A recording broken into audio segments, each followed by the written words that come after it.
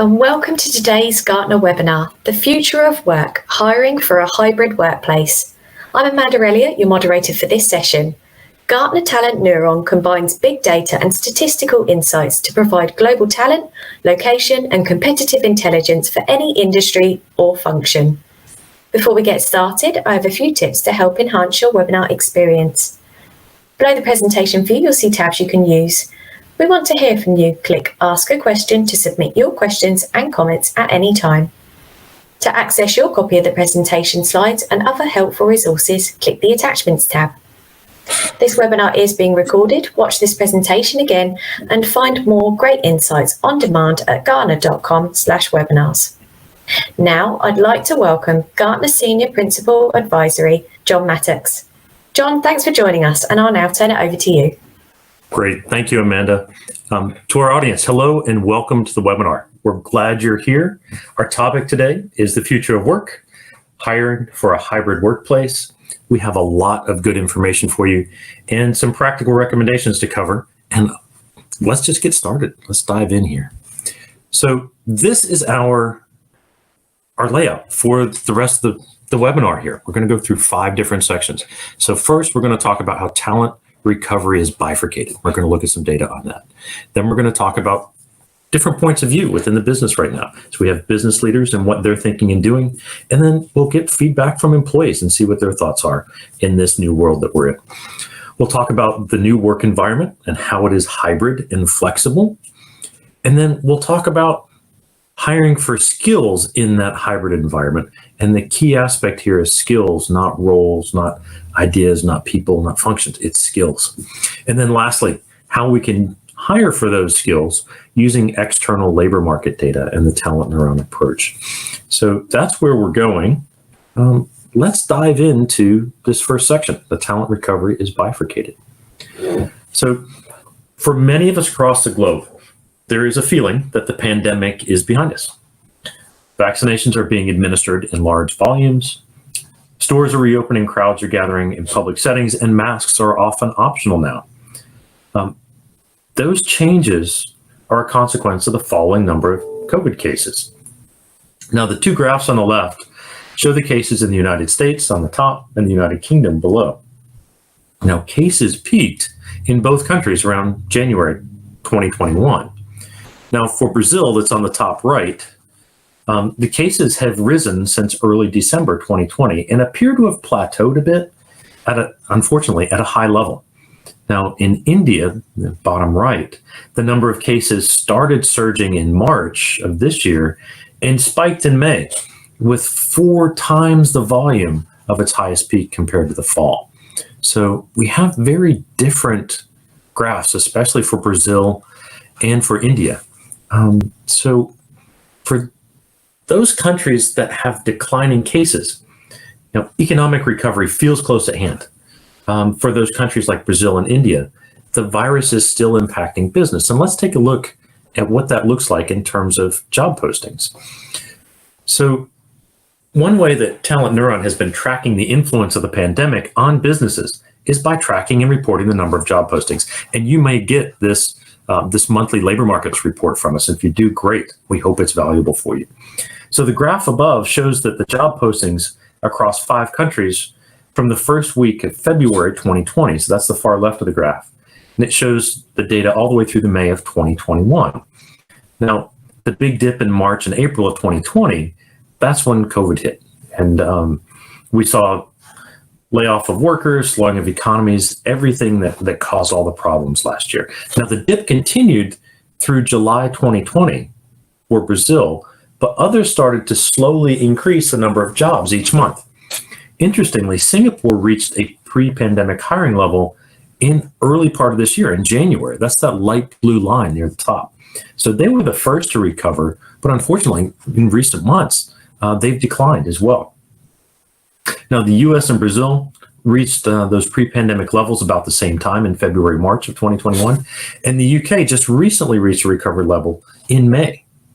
Now, unfortunately, Brazil's recovery has been short-lived. Now, as the pandemic resurged there, as well as in India and Singapore, the number of job postings has declined.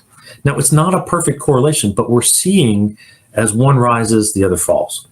So the US and UK and other countries are recovering from the pandemic medically and are beginning to show talent recovery. And those are the job postings that are increasing.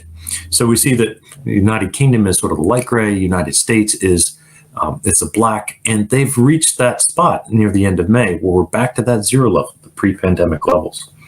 Unfortunately, countries that are not recovering from the pandemic are still lagging. So if you see Brazil is now the lowest in the teal color, and India in red is still very low. So both are well below those pre-pandemic levels. This is the bifurcation we're talking about. So when we say that the market in recovery is bifurcated, some countries are recovering from the pandemic and we're seeing job posts increase in economic recovery. For others, we're not. So keep that in mind. Whatever country you're in, you may still face a long road towards that economic recovery. So let's take a look at the next level here. We're going to take a look at different points of view. Given the quick macro look at the world and how it's affecting job postings, let's take a deeper look at what's happening within businesses, particularly among business leaders and employees.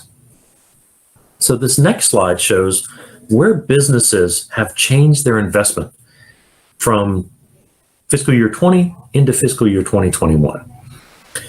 At the top, we see that business leaders are increasing their investment in digital capabilities, information technology, and product enhancement. Now, leaders are focused on digital transformation.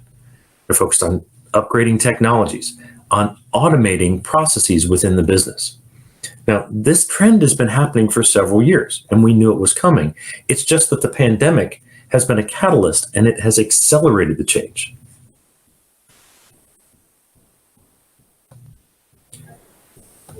So that's what the business leaders are doing. What we're seeing here on screen is more of a perspective from employees.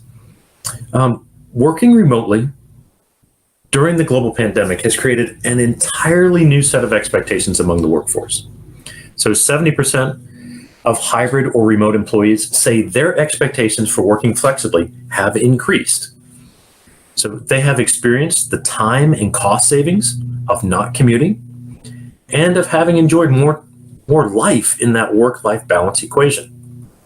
Employees understand that the fully remote work environment is likely to change, that it probably won't continue. But 39% of the workforce is willing to leave if work requires a full-time return to that pre-pandemic in-office location. So we're starting to get a sense that people are feeling like we've been successful, we've been productive. Let's keep some of this, maybe not all of the remote work, but let's keep some of those benefits as well. And it's not just the employees. On the right-hand side, we see from Twitter, Fujitsu, and Salesforce, some very bold statements about what's happening for employees in the market. So Twitter said Americans might never come back to the office, and Twitter is leading the charge. And that was, late fall of 2020, so last year. Fujitsu said staff will be able to work flexible hours, and working from home will be standard whenever possible. And Salesforce says the 9-to-5 workday is dead. Wow, what a bold statement. And will provide 3 new ways for employees to work, including the possibility of working from home forever. So we do have some extremes. We can see that organizations may embrace that full remote side of work for some roles, for some groups, but the reality is not every business can do that. We still need frontline workers, we need medical workers, we need people to drive trucks, all those things. But let's continue our path here on the employee side. So there are pros and cons with any situation. So certainly the pandemic was riddled with cons, no doubt there. Yet there were a few bright spots with reduced commutes, cost savings, increased time with families, and increased flexibility to do things like exercise during the day or run errands. So those things are valuable for the employees, and it's part of the current employee value proposition. The cons, though, the cons are increasing the digital distractions by adding virtual tools, spending more time draining interactions via virtual meetings, and incenting employees to stay online longer because employee tracking software is available. We're tracking productivity. Now, these three things we'll see in a little bit more detail in just a minute. These are things that have occurred because businesses have tried to take the in-office work characteristics and transfer them to the remote working environment. And it's been somewhat successful, but we'll see in a minute that it also causes fatigue. And here we go. This is where we're going to talk about it. So this is research that's come from Gartner HR leaders. And what we're seeing is that during the pandemic, organizations tried to replicate three aspects of the in-office environment. One is consistency for all workers. Two, remaining visible, and that's having observable productivity, meaning that there's probably productivity tracking software on your computer. And then creating serendipity, and this was that happenstance interactions, like going to the water cooler like you would normally do, or the printer or the copier, or you're just bumping into someone in the hallway. That serendipity has tried to be recreated in the virtual environment, and sometimes it works, sometimes it hasn't. The percentages on this slide reflect that a majority of the organizations have tried to make these changes. Now, while there are increasing expectations for flexibility, there has been a set of negative consequences for this fully remote workforce during the past year. Let's take a look at those for just a minute. So what we're seeing on screen is this relates to fatigue and the activities that are contributing to fatigue for employees that have been fully remote for this past year. Now, employees are willing to move and work remotely despite some remote work issues that are causing fatigue. The current remote working conditions contribute to digital distraction, virtual overload, and a feeling of always being on.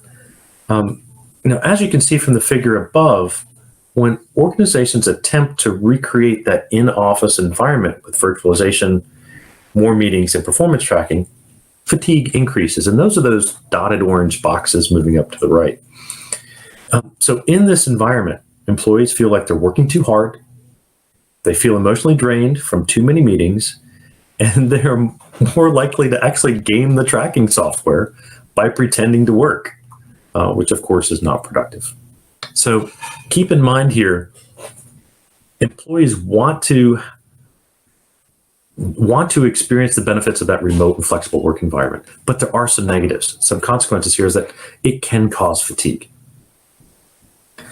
Now, moving to the next slide here, some interesting statistics. So I mentioned earlier that 39% of the current workforce is willing to leave for a better employee value proposition. Now, as we can see here, 48% of talent is actually willing to relocate if they can stay with the company. And then of that 48, 62% are even willing to take a pay cut in order to work remotely. So there is this positive feeling of want to stay with the company, willing to move, even willing to take a pay cut to experience some of these EVP benefits if the company's willing to give it. So that's where we stand with a perspective on what business leaders are looking at and what employees are feeling. The pandemic really has changed that employee value proposition. Now, given the business needs and employee needs, what's the best way forward? Gartner's done a lot of research in this area, and we're going to talk about that. So the new work environment here is hybrid. So let's dive into that. So not only is the future hybrid, it's flexible. Bear with me as I walk through this graph for a moment. Now, does this mean that 50% of the workforce works from home? Or 50% of the workforce can have flex days outside of the office? Well, the simple answer to these questions is, well, maybe. The more important recommendation here is that every organization has to figure this out for themselves. Now, in the options shown here, option 1 is a full return to the office. Option 2 is an office-centric design in a virtual environment. So the things that cause fatigue, what we had just talked about a few minutes ago. And then the third option, this orange cylinder, is the one that fits into the hybrid environment best, right? The third option is up to you, but Gartner recommends that it's hybrid. Not only that it's hybrid, but it's human-centric, and we'll dive into that in just a minute. But this allows for it allows for different areas in the workforce, just different portions of the workforce, to work remotely with less supervision and more flexibility. It's policy-driven in the sense of we're going to be more human-centric. It is not policy-driven in saying that everyone gets X, Y, and Z. It has to be flexible, and the new policies that are successful are driving that way. So, hey John, we just had a quick question. Are these numbers just for North America? Good question. I'm not certain, and I don't want to misstate. Let me get back to you. If you can just leave your name in the question, the chat, I'll make sure we get back to you. I'm pretty sure it's US, but it may be global as well. Don't want to misspeak here. Thanks for the question. So let's keep going in the employee perspective here. So the hybrid flexible work environment does not have to be the extreme remote environment of the past year. Some flexibility is enough to improve the EVP. So looking at this chart, about 1 in 4 employees actually want to work fully remotely. So that's about 25%, right? And another 63% want to work remotely at least sometime. And then only 13%, the far right, say, nope, I don't want to work remotely at all. And among that group, a lot of those folks are people who are new to the workforce that want to be in the office, not just for learning about their job and their role. They want to be in the office for social reasons. They want to be in the office for coaching. They want to be in the office for mentoring. So lots of good reasons that they don't want to be remote, and they do actually want to be in the office. So we don't have a bifurcated group, but we do have a mixed group and people that have different needs and different wants from their working environment. Let's keep going here. Take another look at some feedback from leaders and what they expect about remote work and how it expands. So far, I've shared that employees are focused on flexible and remote work. HR leaders are hearing those expectations too. Now, after the pandemic, HR leaders actually expect almost twice as many employees will be fully remote. And the way to look at this, if you look at the gray bars, 10% to 19%, that's the expectation. That's the expected change for fully remote employees. And then for sort of the part-time employees, that's the orange bars. So HR leaders expect, nearly 50% more employees will work remotely. Sometimes remotely in the future, not all the time. So we're jumping from 20% to 29%. That's a big increase. So not only are employees looking for embracing the remote and flexible workplace, but leaders are expecting this too. At least the HR leaders are. So let's keep going. And the next thing we'll look at is the impact here. So the light orange boxes on this slide show results for organizations with an office-centric design. And that's office-centric, coming back to the workplace and staying that way. And then the human-centric design features are here in blue. So office-centric environments provide consistent work experiences, enable serendipitous collaboration, and drive visibility-based management. Now, these are the things that drive fatigue in the remote work environment. Now, the blue side here, the human-centric environments provide flexible work experiences, enable intentional collaboration, and drive empathy-based management. And we've got a case study coming up, or use case coming up from Schroders that will dig in a little bit more, and hopefully it'll give some flavor to that notion of what empathy-based human-centric design is. So let's go there. This is a fairly complex model, but walk through it with you here. So to increase inclusion and performance in the hybrid world, Schroders created flexible working principles that empower employees to drive decision-making about when, where, and how they can work most effectively.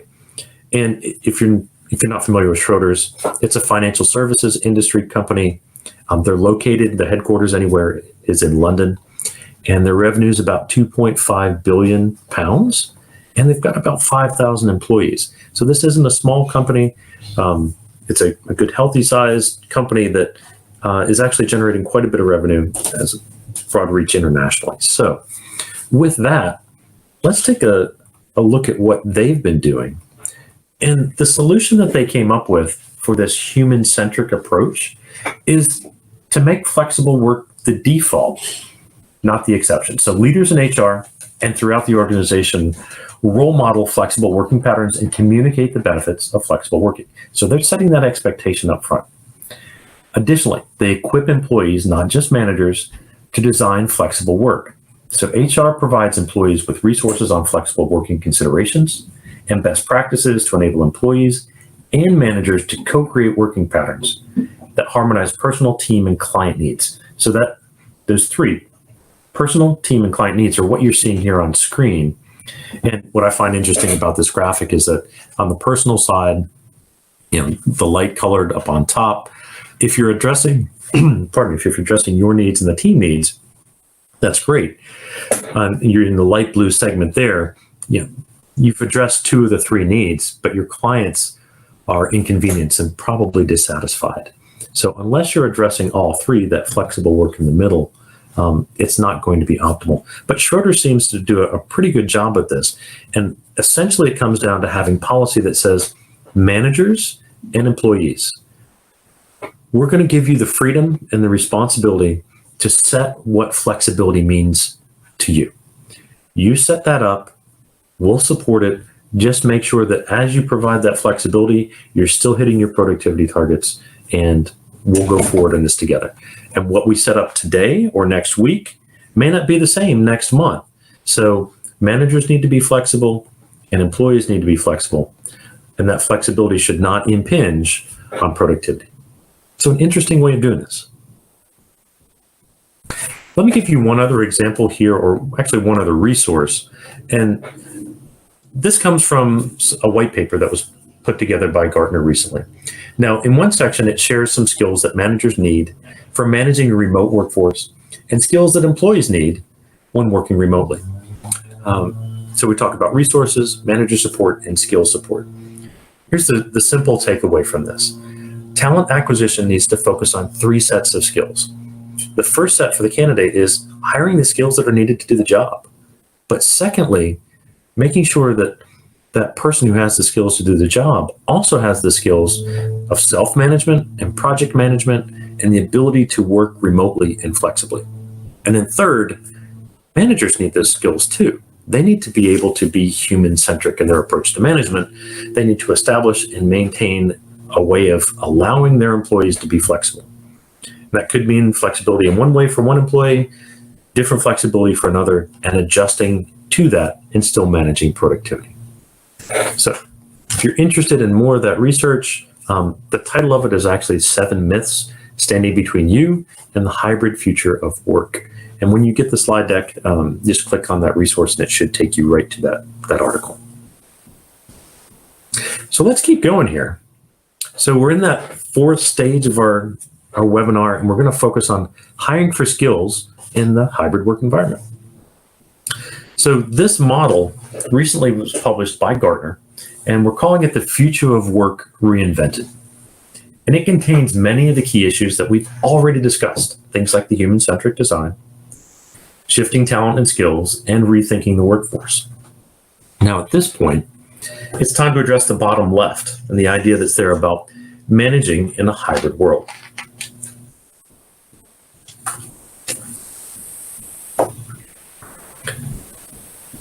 If you've attended some of our webinars before, you may have seen this graph. It's really telling about how skills are changing within businesses in the work environment. So here's some valuable data about how they're changing in light of the digital transformation that's happening. So almost 1/3, 28% of the relevant skills in 2018 will not be needed in 2022. Additionally, the total number of new skills required is expected to increase by roughly 6.7% annually. So we've got a decline in skills. Those are the stacked blue bars going down, and then the stacked orange bars growing shows how new skills are needed each year.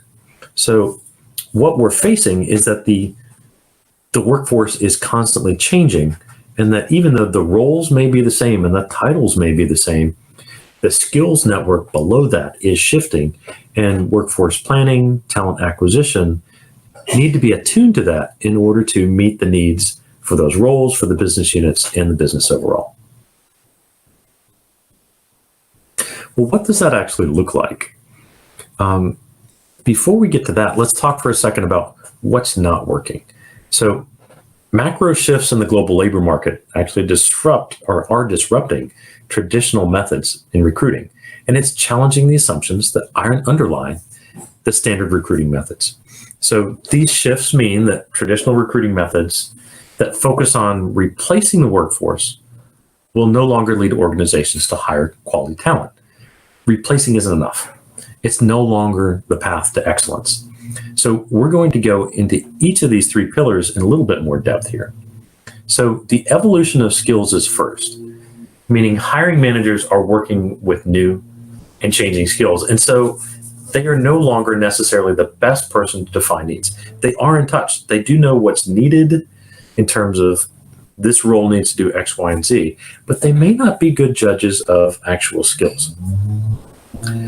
The dispersion of skills is second, meaning skills are increasingly found outside of traditional talent pools, and they may not be in our traditionally fertile sources. So the pool may appear dry in locations where it's been fertile before or very wet, and we need to look elsewhere.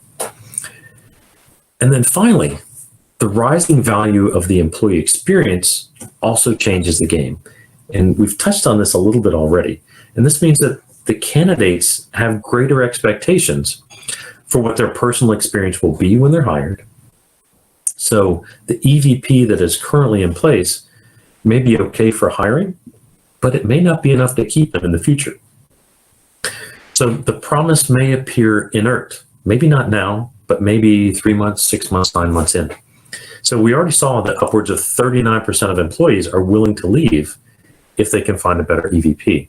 So if we're not managing towards hiring new skills, not just replacing the old workforce, but hiring for what the future is, we're not going to have an effective workforce going forward. Now, here's the solution. So the next step here is, what is working? So the first layer here, replacing the workforce, is pretty much what we just talked about. And then shaping the workforce is where we want to go. So shaping the workforce actually requires 3 key shifts from that traditional recruiting path to ensure that we're gathering quality talent and not just replacing, but preparing for the future.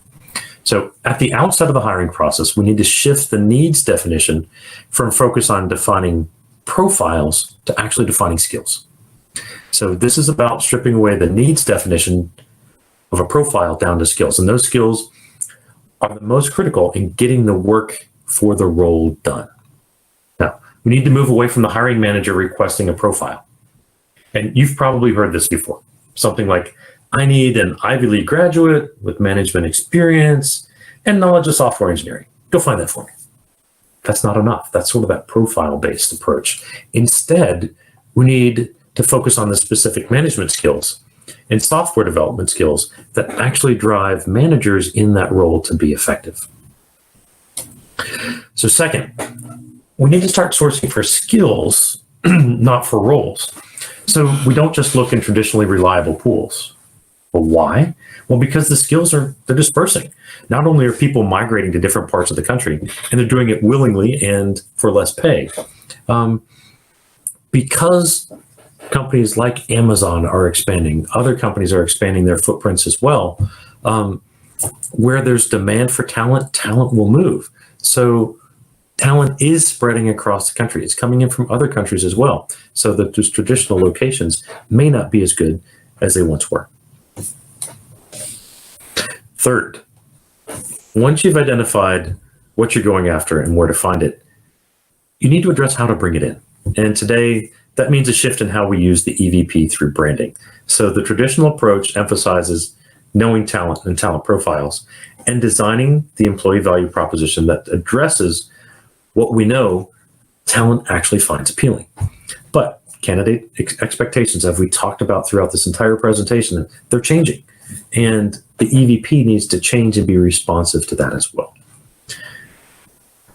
And just to reinforce this, the message that we've been hearing lately is that it needs to be human-centric and flexible in this new hybrid work environment.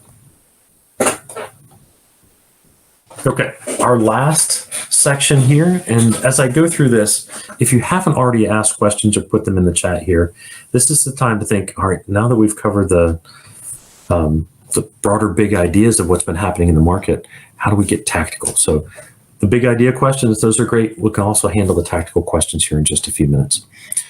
But for now, last thing we want to share is how to win the talent using external labor market data. So what you're seeing on screen is the way that Talent Neuron typically goes to market and solves or provides solutions to our clients. So we have several different ways to apply labor analytics to help you gain insights. And we have 7 different pillars here. I've highlighted 4. So location strategy, workforce planning, strategic sourcing, and the employer value proposition. So those 4 we think are directly relevant to how you go about planning for the future of work. Now, you've probably seen many of our webinars before. We've done a lot on workforce planning over the last few months, strategic sourcing and location strategy earlier in the year. So if there's not enough in this webinar, please go back and look at our other webinars. There's additional information there. But I'm going to touch on these for the next few minutes and how these different approaches towards using external labor market data can help you solve your problem about hiring for this hybrid and flexible work world. So let's start with location analysis. It's probably the easiest to explain and easiest to understand. So the way we approach location analysis is that we provide insights about where skills reside. So ideally, they will be local to the business centers, right around your headquarters, ideally, or your hubs.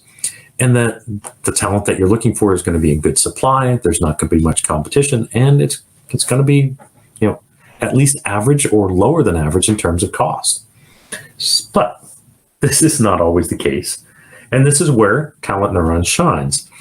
As a big data engine, it provides insights about the talent supply in any given location, about the demand for the talent that's there, the cost, the diversity, some additional information like what universities are providing that supply as well. So what we're looking for here is that it's typically used to answer 2 questions. Can we find and hire the talent we need locally, local to our headquarters or hubs? And then if not, what location is optimal for future office locations? So that's one side of it. So in the new hybrid work environment, location itself is less important. The focus shifts from hiring in-office employees to searching for employees who might be regional, who might be national or international, that have the capabilities. So we're less restricted to that location.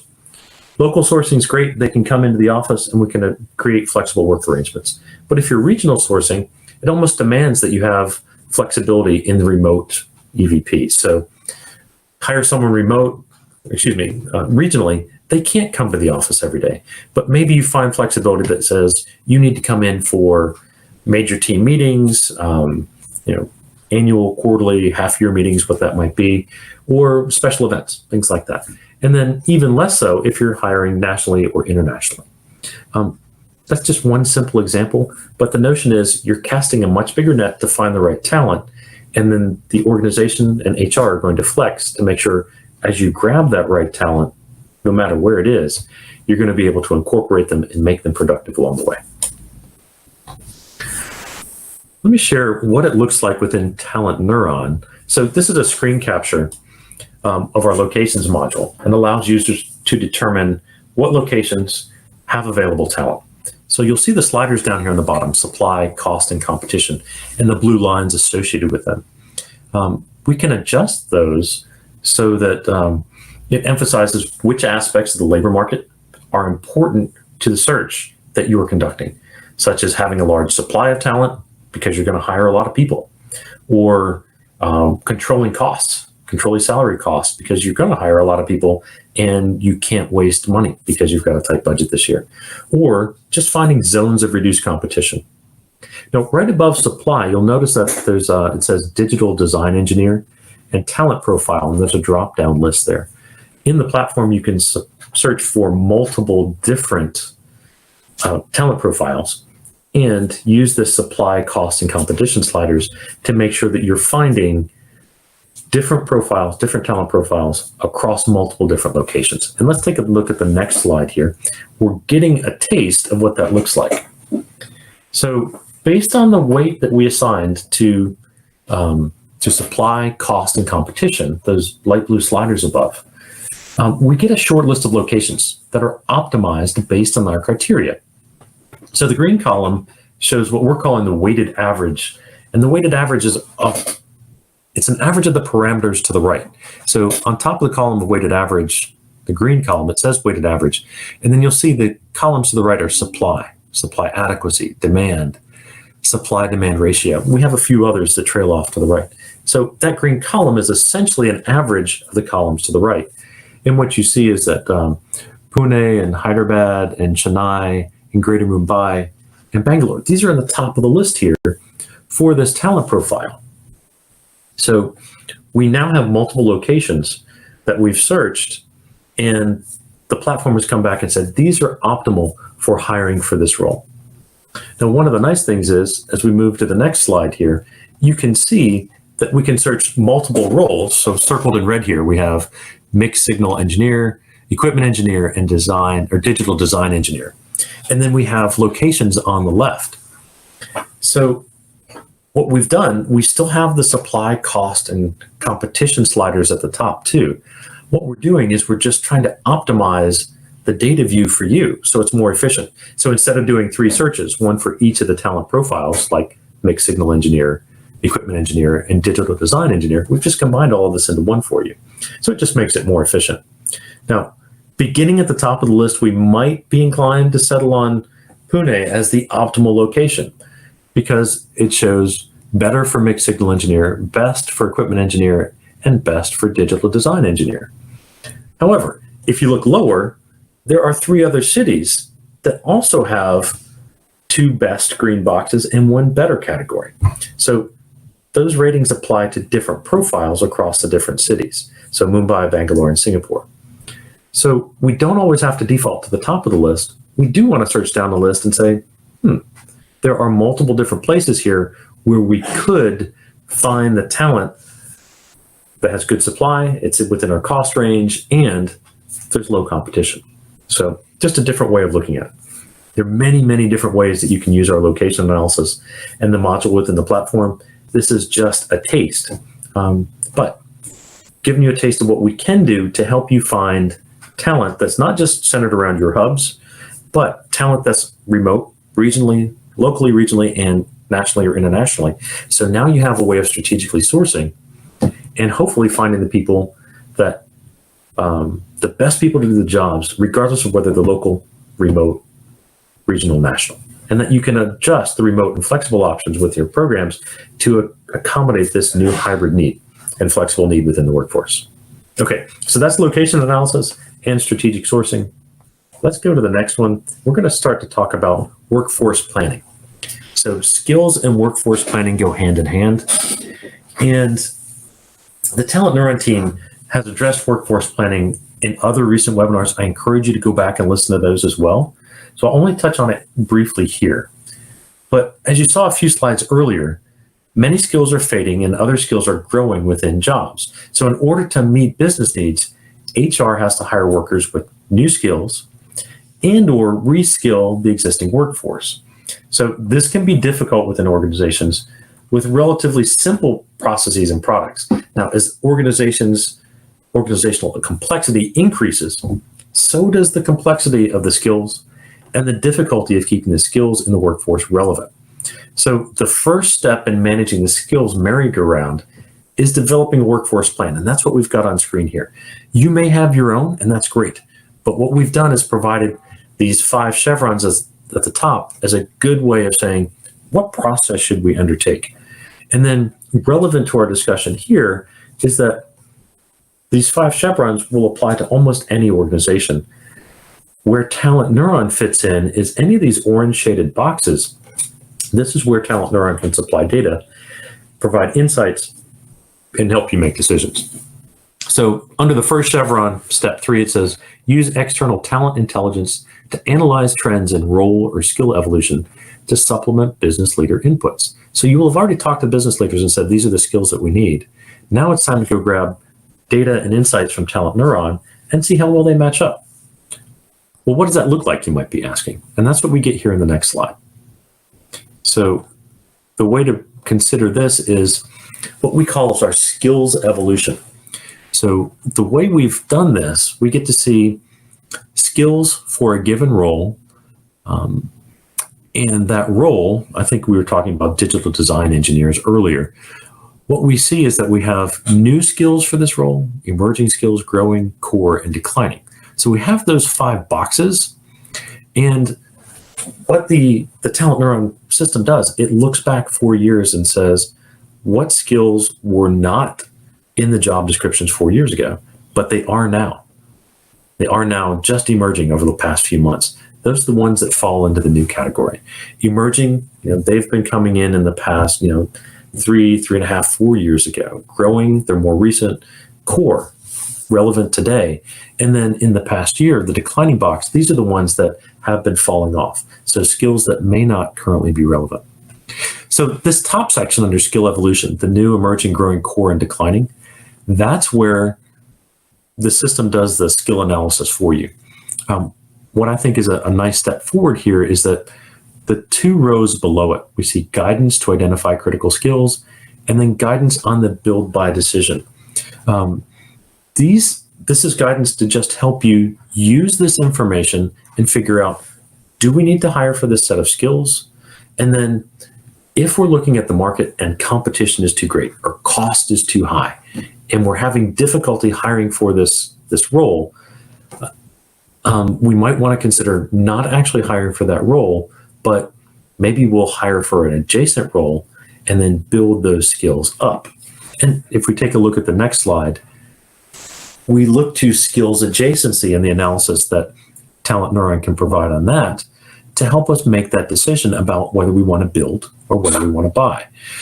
And on the buy side, that just means we're going to hire for the skill. So if there's plenty of Python talent in the market, in our location, and the salary is appropriate, and there's not a high demand, then we can probably hire the Python skills that we need. But if it's not, if there's not a good supply, or if demand is too high, or the cost is too high, what we would recommend is that you hire adjacent skills like Perl or Java or Linux, and then build those skills through training, whether it's in-house or external training, and then build the talent that way. So you have some options.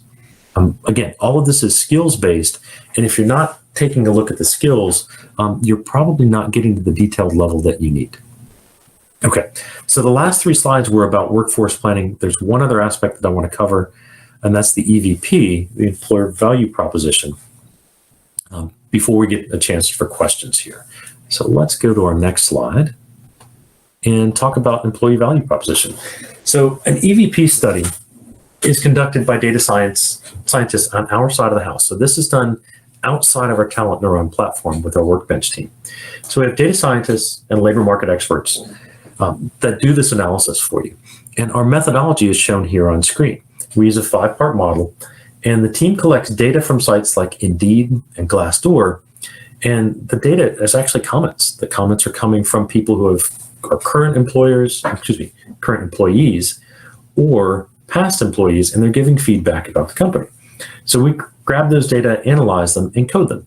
So we code them 1 to 5, 1 being low, high being 5, and we code them according to these sentiment themes. And these themes are based on research that Gartner HR leaders have been doing, I think, for 10 years now. So the themes are around work, rewards, organization, opportunity, and people. So around work, job interest, fit, and the job fit is really important. So if people are saying, I fit well with the job, you're getting a high score, you're getting a 5. If the company is providing good work-life balance, you're getting a high score, 4 or 5 on the work side. If it's not providing work-life balance, or if it's not a good fit, you're going to get a 1. So we do the analysis for you and come up with a summary that eventually looks something like this on this slide. So the comments are scored and then they're analyzed. And what we typically show is, your overall score around those 5 attributes.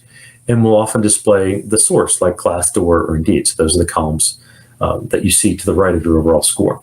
We'll have additional slides that show not just your scores, but your competitors' scores as well. These are competitors that you define, and we could do research on those. And we get a summary table showing your scores compared to each of the competitors. We also categorize representative comments, put those in a slide, and share those with you as well, so you can see what people are actually saying.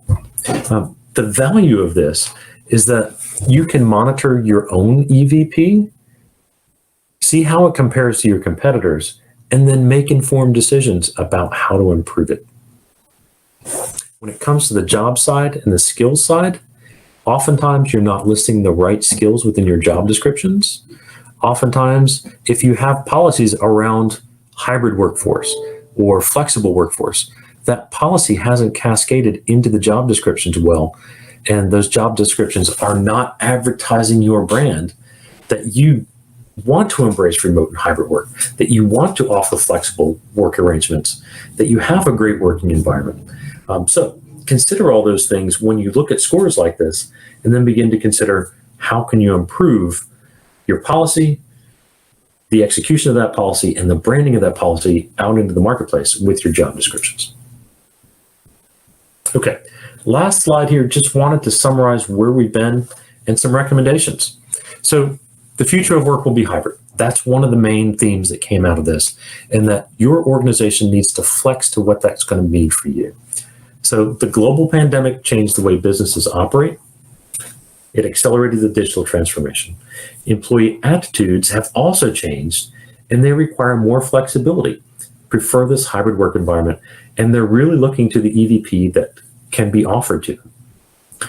A return to the in-office only environment will likely cause turnover. Equally as much, an entirely remote environment that tries to replicate the in-office environment is likely to lead to fatigue and will also drive turnover.